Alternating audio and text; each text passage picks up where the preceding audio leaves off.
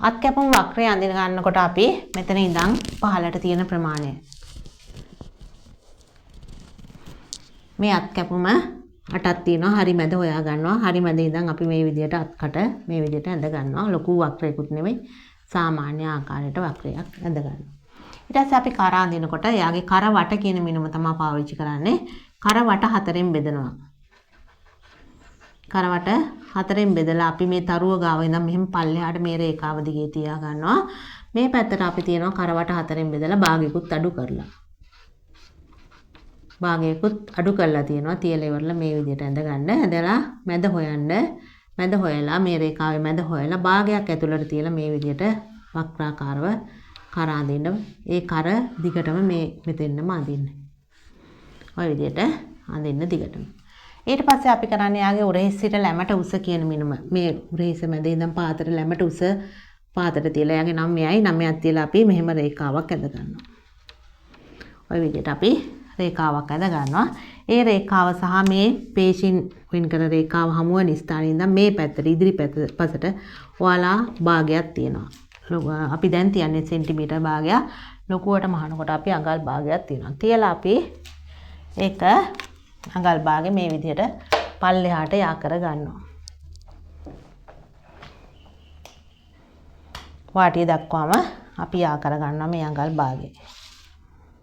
ප්‍රමාණය ඔය විදිහට මහුම් වාසියක් විදිහට. ඊට පස්සේ මෙන්න මෙතන ඉඳන් මේක පොඩ්ඩක් වක්‍රාකාරව මේ භාගෙ ගාවට මෙන්න මෙහෙම යා කර ගන්නවා. මේ පැත්ත පස්සේ කැපිලා යනවා. ඊට පස්සේ ඔයාලා මේ පැත්තට මහුම් වාසි භාගයක් දෙන්න මෙයාගේ කරට මහුම් වාසි භාගයක් දෙන්න. අත් කටටත් භාගයයි අංශයටත් භාගයයි මහුම් වාසි. මේ වාටියටත් මහුම් වාසි භාගයයි. මේ උරහිසට මහුම් වාසි දෙන්න එපා. දීලා කපා ගන්නයි අපිට තියෙන්නේ. ඉදිරිපස පළුව. ඒ වුණාට දැන් කපන්න එපා. කපන්න නැතුව මේක ඔයාලා අලවන්න ඕනේ ඉදිරිපස පළුව සකස් කිරීම කියන තැන. ඒකල ඔයාලා තවත් මේ වගේ මේකක් ඇඳගෙන ඉන්න ලබන සතියේනකොට මොකද අපිට පිටිපස පළුව කරන්න තියෙන නිසා. එහෙනම් ওই විදිහටයි අපි ඉදිරිපස පළුව සකස් කරගන්නේ. ඊට පස්සේ අපි බලමු කොලර් එක සකස් කරගන්නේ කොහොමද කියලා.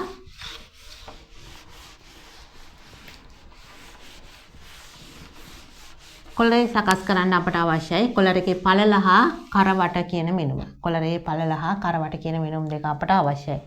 කොලරයක් සකස් කරගන්න නම්.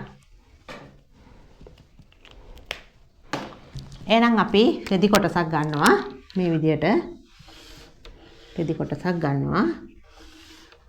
මෙතන ඉඳන් මෙතෙන්ට තියෙන්නේ කරවට මිනුම ඒකට අඟල් 5ක් එකතු කරලා මේ පැත්තේ තියෙන්නේ මෙතන ඉඳන් මෙහාට තියෙන්නේ කොලර් පළල කොලර් එකේ පළල දෙකෙන් වැඩි කරලා තව අඟලක් එකතු කරලා මහුම් වාසි අඟලක් තමයි එකතු වෙන්නේ. ඔන්න ඔය විදිහට අපි රෙදි කොටසක් ගන්නවා. අරගෙන මේ රෙදි කොටස මෙන්න මෙහෙම නවනවා.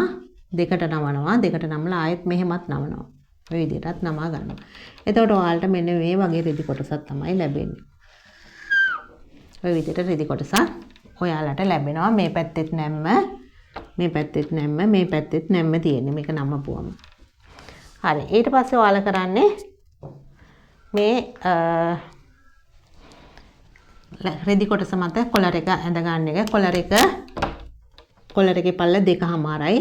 2.5ක් තියලා මෙහෙම පහලට සලකුණක් තියාගන්න. මේ පැත්තෙනුත් 2.5ක් තියලා සලකුණක් තියාගන්න. එතකොට අඟල් භාගයයි ඉතුරු වෙන්නේ 15න්. මේ පැත්තෙන් භාගයයි ඉතුරු වෙන්නේ. ඊට පස්සේ අපි මේකේ තියනවා මෙතන ඉඳන් මේ පැත්තට මේ ඇඳපු රේඛාවෙත් කරවට දෙකෙන් බෙදලා. කරවට දෙකෙන් බෙදලා තියෙනවා. කරවට දෙකෙන් බෙදපුවම 8යි. එයාගේ 16ක් තිබ්බ කරවට දෙකෙන් බෙදපුවම 8යි. මේකෙත් තියෙනවා අපි 8ක්. තියලා මෙහෙම යා කරනවා. ඔය විදිහට අපි යා කර ගන්නවා. ඊට පස්සේ අපි කරන්නේ මෙතන ඉඳන් මෙහාට අඟල් 1.5ක් වගේ ප්‍රමාණයක් මෙතන ඉඳන් මෙහාට අඟල් 1.5ක වගේ ප්‍රමාණයක් අපි තියෙනවා. දෙකක් වුණත් ඔයාලට තියන්න පුළුවන් ඕන නම් මේ විදිහට තියලා මෙහෙම රේඛාවක් ඇඳගන්න. මෙතන ප්‍රමාණය අඟල් 1.5ක් දෙකක් වගේ තියලා රේඛාවක් ඇඳගන්න. ඊට පස්සේ අපි කරන්නේ ඒ රේඛාව දිගේ මෙතන ඉඳන් ඉහළට භාගයක් තියලා අපි මේ මැදට මේක මෙහෙම සම්බන්ධ කරනවා. ඔය විදිහට සම්බන්ධ කරනවා. ඒ සම්බන්ධ කරලා ඔයාලා මේ පැත්තට මැහුම් වාසි භාගයකුයි මේ යට පැත්තට මැහුම් වාසි භාගයකුයි මේ වක්‍රයට මැහුම් වාසි භාගයකුයි දෙන්න. මෙතෙන් යනකම්ම දෙන්න මේ හරියනම් භාගෙ තියෙනවම භාගෙ දෙන්න. ඔය විදිහට මැහුම් වාසි දෙන්න. දීලා ඉවරලා ඔයාලා මේක කපා ගන්නවා. මේක කපා ගන්නවා. කපා ගත්තාම ඔයාලට මෙන්න මේ ආකාරයට තමයි කොලර් එක ලැබෙන්නේ. මේ විදිහට දිගහැරලා බලපුවම ඔන්න ඔය විදිහට රවුමට කොලර් එක හම්බ වෙලා මෙතන නැම්ම. ඔයාලට පුළුවන් ඕන මේ නැම්ම දෙකට වෙන් කරන්න. මේ කොලර් දෙකක් විදිහට වෙන් කරලා මේ පැත්ත රවුමට ගන්නත් පුළුවන් ඔයාලට. ඔය විදිහට රවුම් කරලා ගන්නත් පුළුවන්. මේ විදිහට ත්‍රිකෝණාකාරව කොලර් එක ගන්නත් පුළුවන්. එහෙනම් ඔන්න ඔය ආකාරයටයි කොලරය කැපෙන්නේ. මේකට ආධාරක පටි නෑ. මේ ඇඳුමට ආධාරක පටි අවශ්‍ය වෙන්නේ. අපි කොලර් එකෙන් තමයි කර වහලා මහන්නේ. ඒ හින්දා ආධාරක පටි අවශ්‍ය වෙන්නේ නෑ.